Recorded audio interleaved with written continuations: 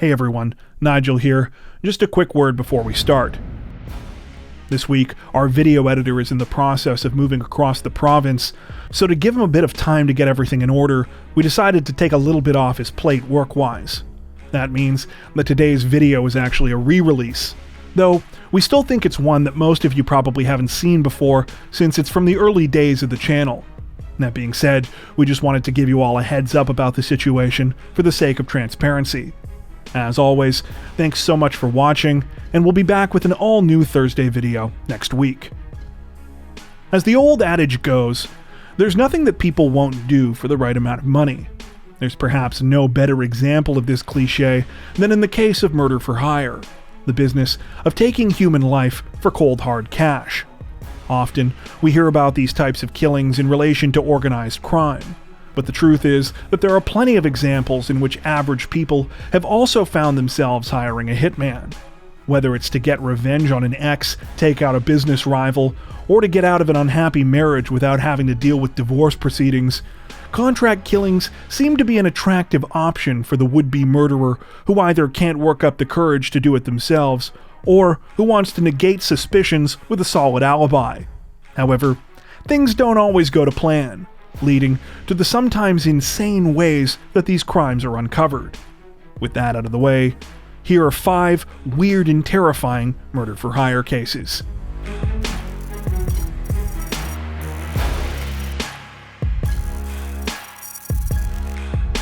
From the outside looking in, Ramon and Maria Sosa's relationship looked like a happy one.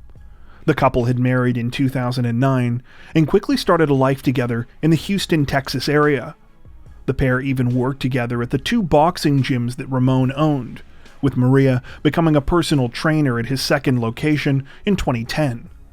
On the inside, however, it was clear that cracks were developing in the marriage. Maria reportedly wanted nothing to do with her new stepchildren and attempted to distance them from their father. When that failed, she also soured on Ramon and began frequently claiming to friends that he was lazy and abusive. By 2015, the problems in the marriage came to a head when Ramon noticed that money was disappearing from his gym's bank accounts. Not only was Maria behind the missing cash, he learned shortly afterwards that his wife had used at least some of the money she had embezzled to secretly hire a divorce lawyer and was now levying domestic abuse claims. Though Ramon vehemently denied these allegations and was distraught over the situation, he figured that he had seen the worst of his wife's behavior. He continued to live in the house with Maria during their divorce proceedings, though the pair lived on separate floors. Sadly, Maria had even more sinister intentions. In June of 2015, she approached a former client at one of the boxing gyms named Gustavo, asking him to set her up with a hitman. A month later, she met with the man's contact and agreed to give him $2,000 and a truck to kill her husband. The man asked whether she really wanted her husband dead or whether he could just beat him up. Maria insisted that it had to be murder. The man agreed to the arrangement and told Maria that he would go ahead with the hit and receive $500 in some jewelry as a down payment. When the man came back a short time later with evidence that the job had been carried out, Maria was delighted. She was shown a photograph of Ramon lying in a shallow grave with a trickle of dried blood emanating from a gunshot wound in his temple. Everything seemed to be going according to plan, until Maria was arrested at work the next day. It turned out that Ramon Sosa was very much alive and was part of an undercover operation to prove Maria was trying to have him murdered. The plan had started with Gustavo, who had immediately gone to Ramon after Maria had approached him about hiring a hitman. The pair had taken the disturbing information to police, but they were told that they needed more. Gustavo agreed to keep meeting with Maria and recording their conversation so as not to arouse suspicion. Likewise, Ramon had agreed to continue living in the house and acting normally during the course of the investigation. The so-called hitman that Maria had paid to have her husband killed was actually an undercover police officer. The macabre photo of Ramon's death was carefully staged to look as convincing as possible. After spending several months in jail, Maria eventually agreed to plead guilty in the case in exchange for a reduced charge. She was convicted of second-degree felony solicitation of capital murder and received a sentence of 20 years.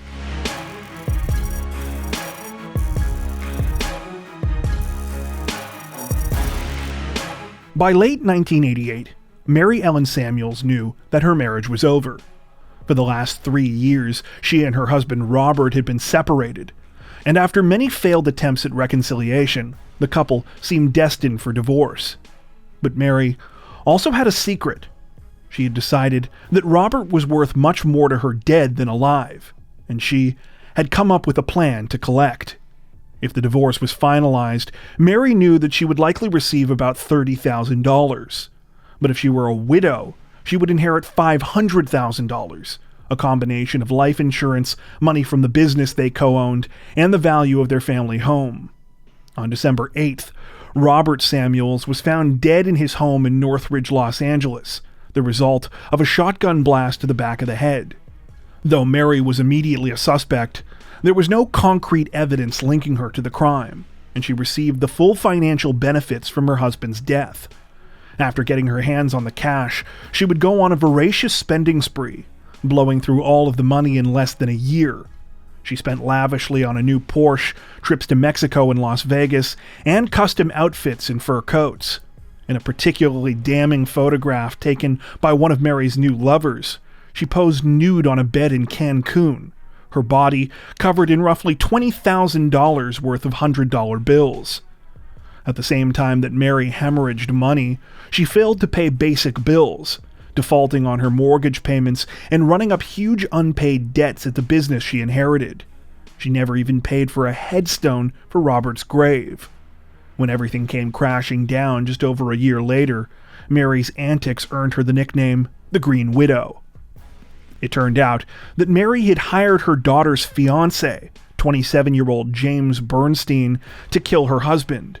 Though it's believed that Bernstein was not the actual gunman, he accepted money and made sure the hit happened as planned.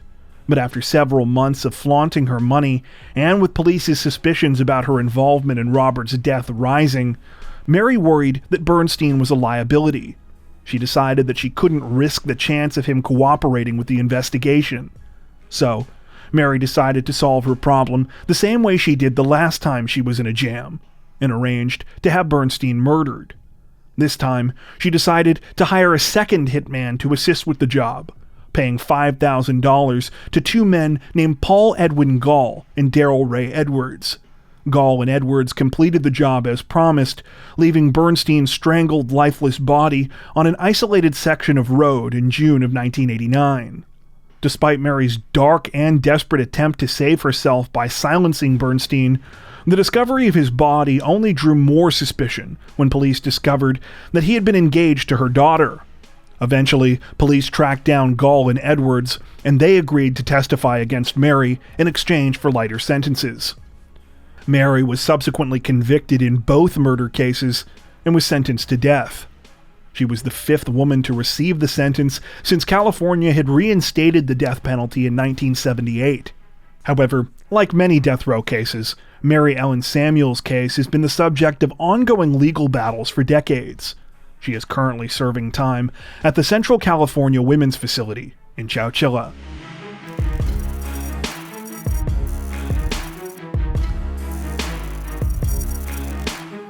It's not uncommon to hear a parent say that they would do anything for their children.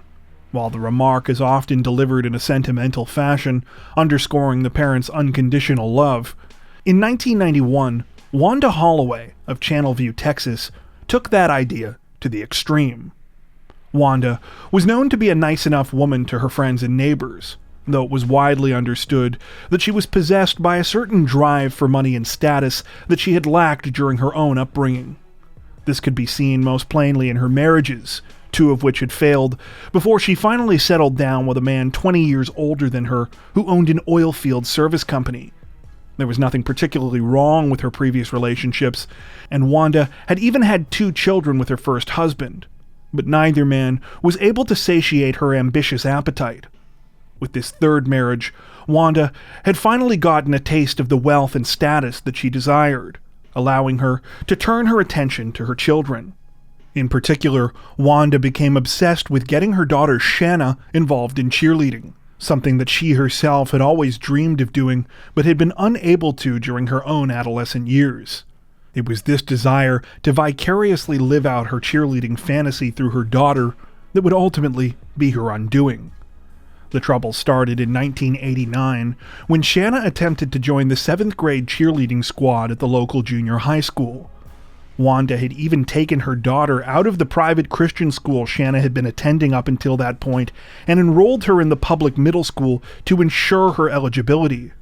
No expense was spared in the preparation for her tryouts.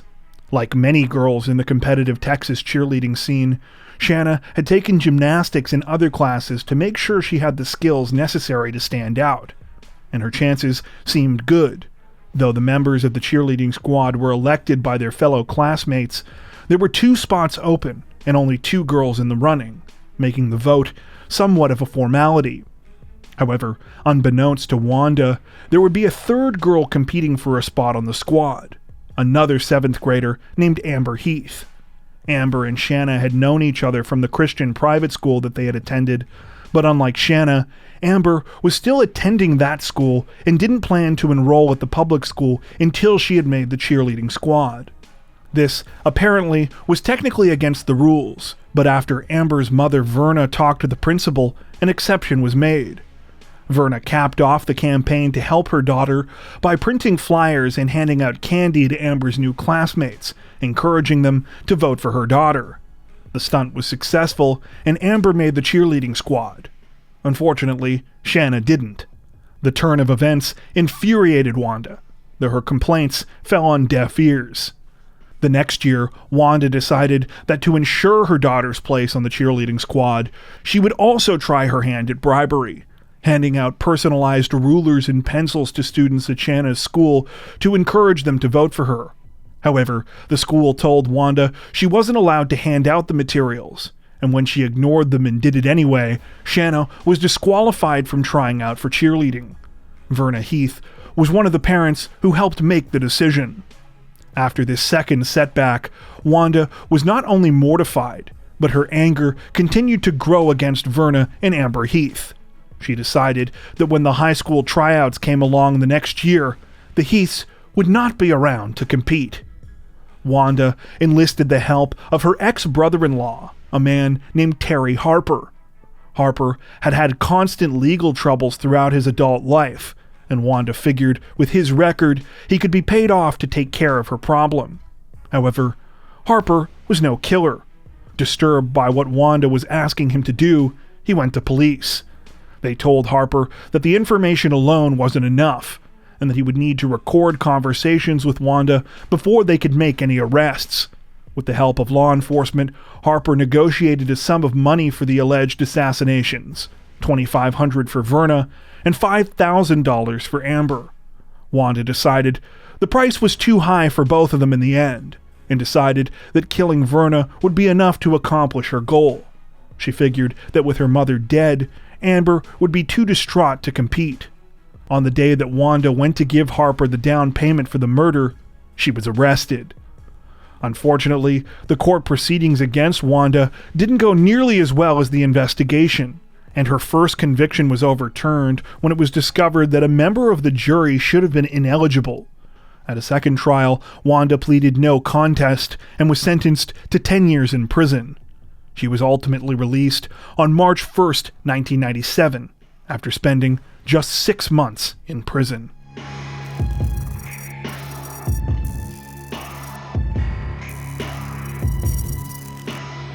In October of 2013, a Chinese real estate developer named Tan Youhui started to plan the murder of a business rival. The rival, whose last name was Wei, was a competing developer who had recently sued Tan's company in a dispute over a piece of property, and Tan wanted revenge. However, when all was said and done, the case would resemble more of a comedy routine than a genuine murder-for-hire plot. It all started when Tan reached out to a man named Shi Guanggang. He offered Shi 2 million Chinese yuan, about $283,000 US, to kill Wei. She agreed, taking the money. Whether he initially intended to commit the murder and simply got cold feet is unclear. But what we know for sure is that at some point she decided that a better option was to subcontract the killing instead. She approached a man named Mo Tianxiang, offering him about half of what he had been given by Tan to complete the job. At the same time, she went back to Tan to ask for another 1,000,000 yuan, which would be paid upon completion of the job, and bring Shi back to his original total. Mo accepted the contract killing, but like Shi, quickly set out to find another man to do the dirty work. Mo eventually made an agreement with a man named Yang Kangsheng, who was given about 270,000 yuan up front and promised another 500,000 when he killed Wei. Just like the men before him, Yang agreed, pocketed some of the money, and continued to send the contract killing down the chain. He in turn made an agreement with a man named Yang Guangsheng, offering him 200,000 yuan up front and 500,000 upon completion. This chain of ridiculous outsourcing continued for 6 months, until a fifth man named Ling Xianxi accepted the job for a measly 100,000 yuan, roughly $14,000 US. It was at this point that Ling had a different idea from his cohort of would-be hitmen. Rather than killing the target, Ling decided to approach Wei directly and offer to help him fake his death. Wei agreed to play along and allowed Ling to take some photos of him with his hands tied behind his back, suggesting that the hit had been carried out. That being said, Wei wasn't an idiot. While Ling happily reported his success up the Russian doll-like series of contract killers, Wei went to police. All of the men were later arrested. The story finally came to a close in 2019, when a Chinese court sentenced Tan and his cold-footed accomplices. Tan received a sentence of 5 years in prison, while each of the 5 men who had taken money each received sentences ranging between 2 and 4 years.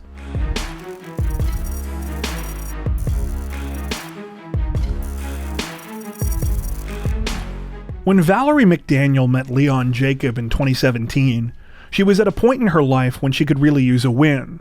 The 48-year-old Houston area veterinarian had spent 17 years in an extremely unhappy marriage, and since 2014 had been going through an equally tumultuous divorce.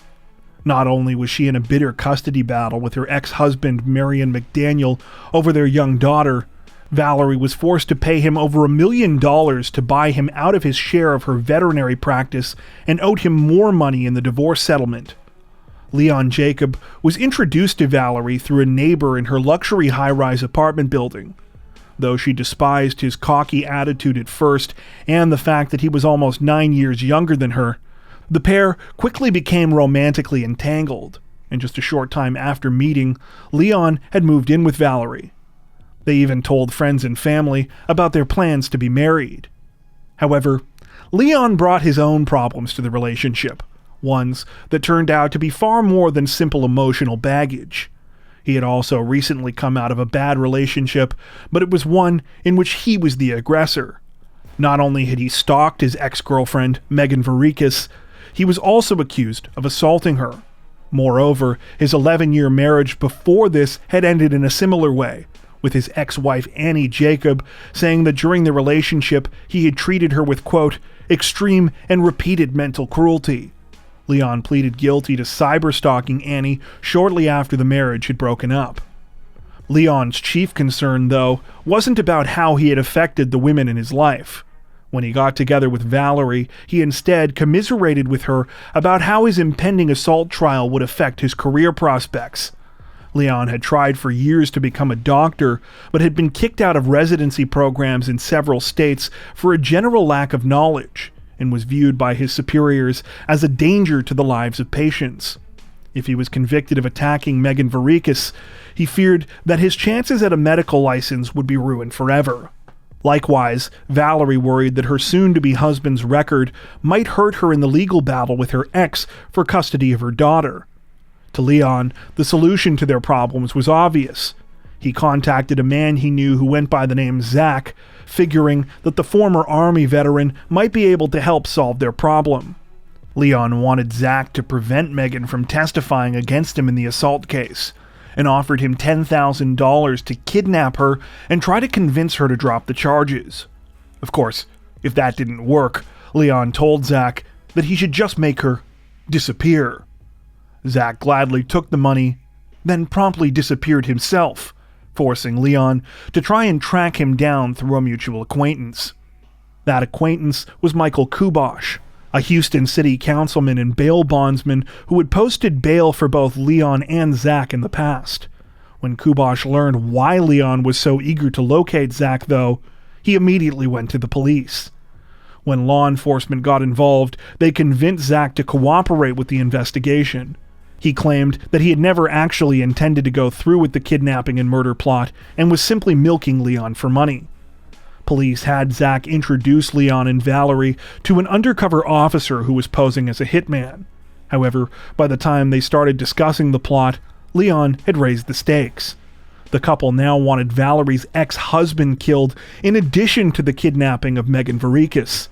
Leon also repeated the same thing from before about his ex-girlfriend to the undercover cop, saying that he didn't want Megan dead, but that if she refused to drop the charges after being kidnapped, he should make her disappear. With the help of the would-be murder victims, police staged elaborate photos to show to Leon and Valerie as proof that the jobs had been completed. After that, Leon paid the undercover officer an $1,800 installment for the job. Shortly after, both he and Valerie were arrested. They were charged with solicitation of capital murder.